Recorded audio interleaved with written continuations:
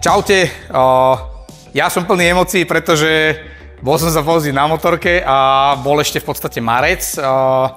Bol som v Španielsku, v Kartagene, kde nás pozvalo BMW, kde sme mali možnosť jazdiť na všetkých štvorvalcoch. Ja osobne som sa sústredil na S1000 R a S1000 RR. X-Zero som vynechal, pretože za mňa je to X-Zero kvázi taká viacej, že turistika a tá motorka ako keby nie je až taká blízka tejto dvojici. Čo sa týka eventu, prvá vec, naozaj chcem sa poďakovať za to, že ste nás zavolali, bolo to super. Ja som si to osobne užil, pretože S-ko mám rád, pretože je to moja súkromná motorka, ale naozaj sa dobre povoziť na začiatku marca je fakt, že za odmenu. Na druhej strane, ja by som si vedel predstaviť napríklad iný okruh na takéto motorky, pretože Cartagena, keď si to vygooglite, že Cartagena Racing Circuit, tak zistíte, že to má 18 zákrút a má to asi 3,5 km. Naša Slovač má, myslím, že 14 zákrút a má skoro 6 km. Čiže, čo tým chcem povedať? Jasné, je to technický okruh. Čiže rýchlosti sú tam stále okolo 2 kg. Samozrejme rovinka viac, ale je to technický okruh, čiže jazdíte to väčšinou na RR 2, 3. Čiže akože strašnú svalovicu mám, akože rozbitý som, ale na toto by som si vedel predstaviť možno trošku rýchlejší okruh. Ďalšia vec, vedel by som si predstaviť lepšie obuté motorky. RR neboli na slikoch a už aj možno aj to R-ko by si to zaslúžilo, ale to sú naozaj už len také veci, ktoré vychytávam a vôbec sú nie nejaké podstatné. Podstatné je to, že sme mali nové motorky. Nová motorka prvá S1000 R-ko. Čo sa týka tých noviniek, ideme si to prejsť tak spredu dozadu, čiže prvá vec, to predné svetlo, BMW ho volá Split Face, mne osobne sa tu strašne páči toto R-ko v strede, hej. Má to DRL-ko v sérii a bohužiaľ, čo je trošku ako keby krok späť, nevie svietiť do zákrut, pretože keď ste si na predchádzajúcom modeli objednali Svetlomet Pro, tak bolo tam prisvedcovanie, dačo to svietilo, nehovorím, že to bolo jak na 1600 GTL, ale jednoducho tento svetlomet už neprisvedcuje do zákruty.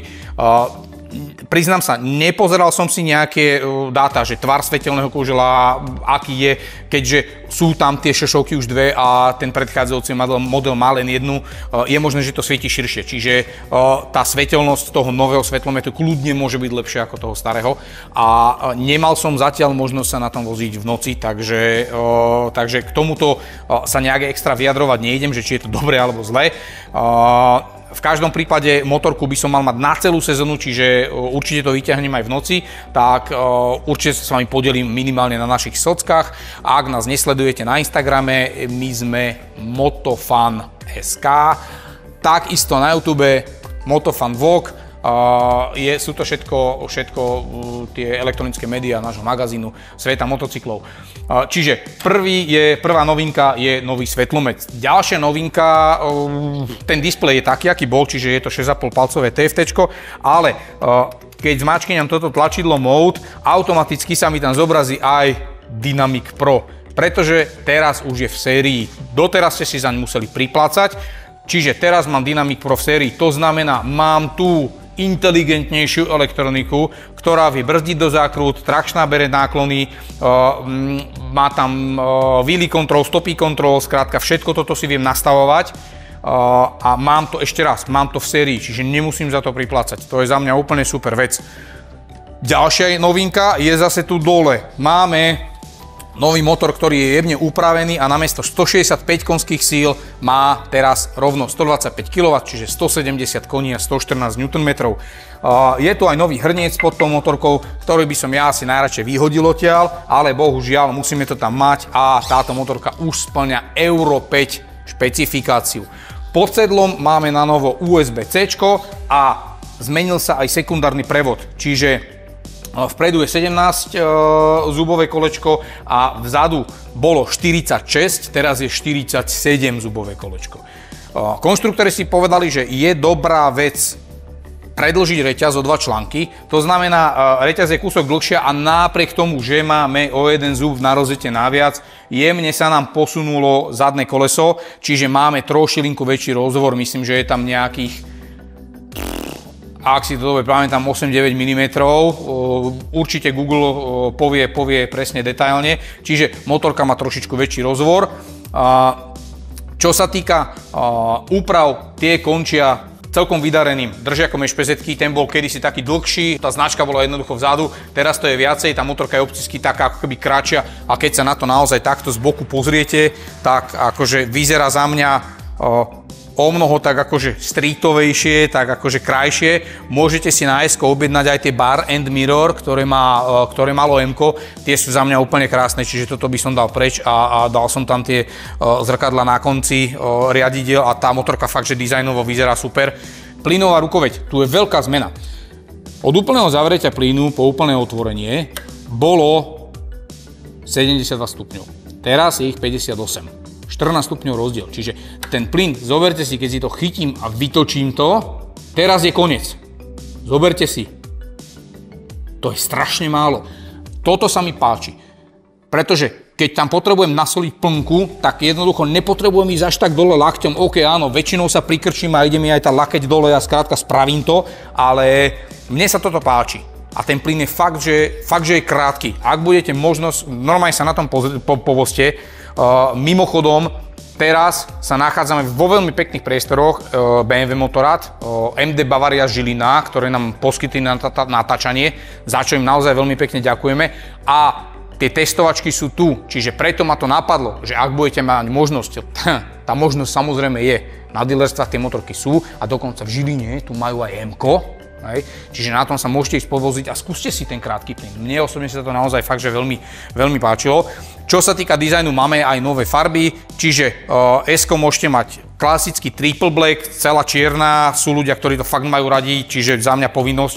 Potom je tam trikolóra, ktorá je teda bielo, modro, červená, za mňa tiež povinnosť, ale čo sa mne celkom páči, že BMW v posledných rokoch ide do týchto odvážnych farieb. V niektorých modeloch sa im to moc nepodarilo, ale za mňa toto modro-žlté R-ko akože vyzerá fakt, že brutál dobre a mne osobne sa veľmi páči. Ako to celé funguje? Či cítiť ten silnejší motor? Skôr by som povedal, že cítiť ten silnejší motor spolu s tým sprevodovaním. Hej, že napríklad na tom okruhu z poslednej zákruty pred rovinou, to bola dvojka, otvorila sa plnka na výjazde, krásne sa to postavilo, kopce z Quickshifter 3, pomaličky si ten predok sadol a valilo sa ďalej. Čiže za mňa asi tá potencia tej motorky je zas taká trošku výraznejšia, je to také trošku ostrejšie asi. Nie asi, ale určite, pretože tú predchádzajúcu generáciu naozaj jazdil som ju 3 roky po sebe, takže mám to nejakým spôsobom navnímané tú motorku a ten prejav je ostrejší. Ďalšia vec, ktorá sa mi páčila, R-ko má novú elektroniku, aj v rámci trakčnej ABS a tak ďalej. Jednoducho tieto veci sa stále vyvíjajú, stále sú lepšie a lepšie. A má aj nový quickshifter. Ten dokáže teraz na zavretom plyne radiť aj dohora.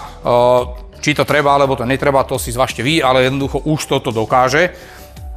Čiže to sú ako keby také základné veci S1000RK. Ďalšia mašina, ktorú sme si najazdili, bolo RRO. RRO má inovácií pre rok 2025 ešte viacej. Poďme tak ako pri R-ku rovno spredu. Teraz sa pozrite sem. Toto a toto. Toto je celé nové. Celý tvar predného blátníka, ináč keď ste si priplatili, môže to byť aj karbonové. Celý tvar toho predného blátníka sa zmenil. Má menej turbulencií, je celkovo ľahší a prispieva k chladeniu brzd. Toto samozrejme odkúkali z MK, o ktorom si tiež niečo povieme, ale nie je tu, ako bolo na starom, respektíve na predchádzajúcej generácii modely EM1000RR, také veľké, skrátka taký veľký kryt, M-Aero to volali, hej, ktoré chladil brzdy, ale toto je naozaj kompaktné, vyzerá to za mňa celkom v pohodičke a samozrejme prispieva k chladeniu brzd, čo je obrovská devíza. Jednoducho, čím dokážete tie brzdy na okruhu zachladiť lepšie, tým menej vám to bude vednúť, tým tá brzda bude skrátka držať lepšie, skrátka ten zákus bude konštantný, stály.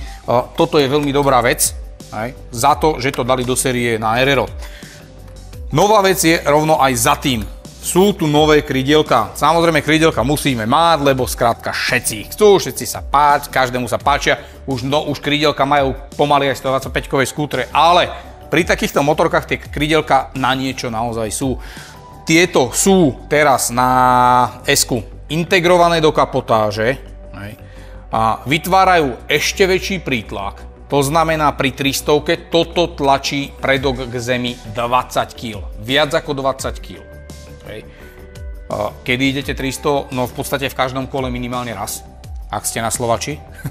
A samozrejme, nefunguje to len pri 300, hej, pri 250 tam je menší prítlak, myslím, že nejakých 16 kg, pri 200 zase tam už je, myslím, že 10 kg, pri 150 myslím, že 6 kg. Skrátka, tak nejak to funguje a postupne to narastá.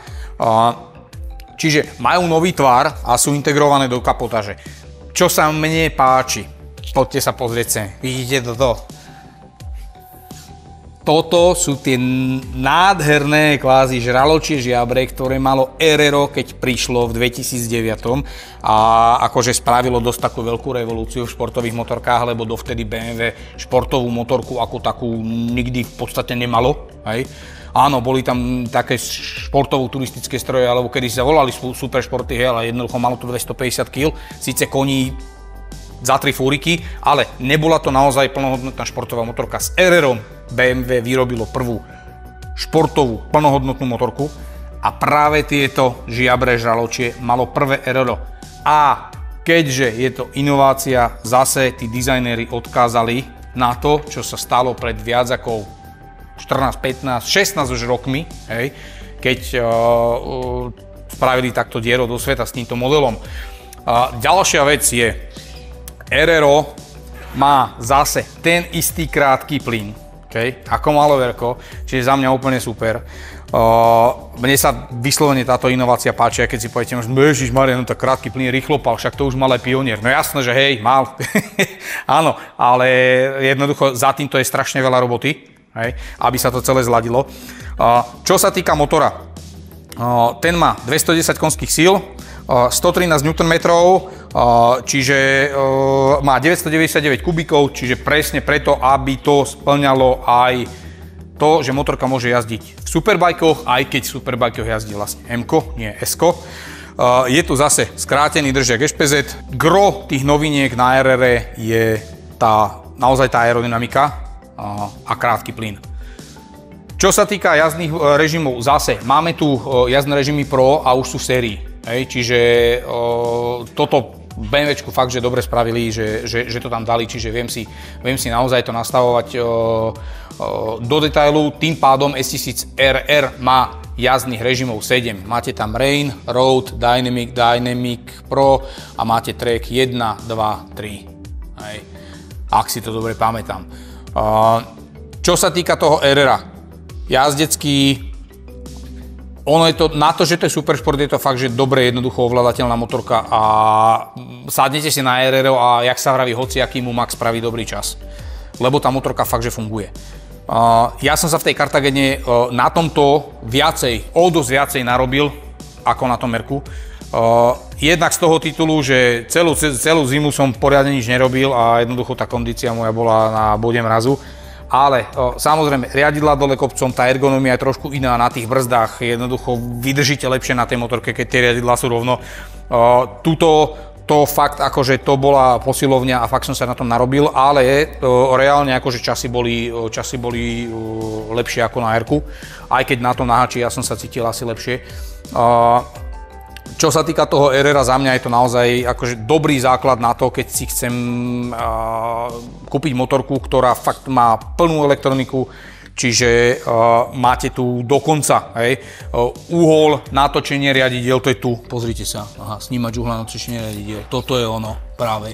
A tá motorka presne rieši, ako rýchlo sa točí predné koleso, zadné koleso, má tu inerciálnu meraciu jednotku, aké Gčka sú v jednej osi, v druhej, tretej, štvrtej, piatej, šiestej osi, hej, koľko mám otvorený plyn, koľko tlačím na brzdu, skrátka všetky tieto vstupy.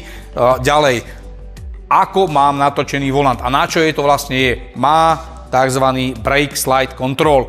To znamená, keď chcete byť ako toprak a ísť bokom do zákruty, tá motorka to vie. Skrátka, pred zákrutou zavalím tam brzdu, držím ju do náklonu, takisto tam zavalím aj zadnú brzdu a tú zadnú brzdu normálne zabijete na hulováta. Tá motorka sa vám sklzne, drží vás to zhruba v nejakom 10 stupňovom úhle a skrátka idete šmíkom do tej zákruty. Ja osobne som si to skúšal a asi by mi bolo treba viacej času s tou motorkou straviť, aby som bol s tým tak nejak akoby komfortný, pretože práve ten pocit, že akože nerobím to ja, ale robí to tá motorka, že fakt sa treba prepnúť a skrátka zabiť to tam tú zadnú brzdu a sklznete sa.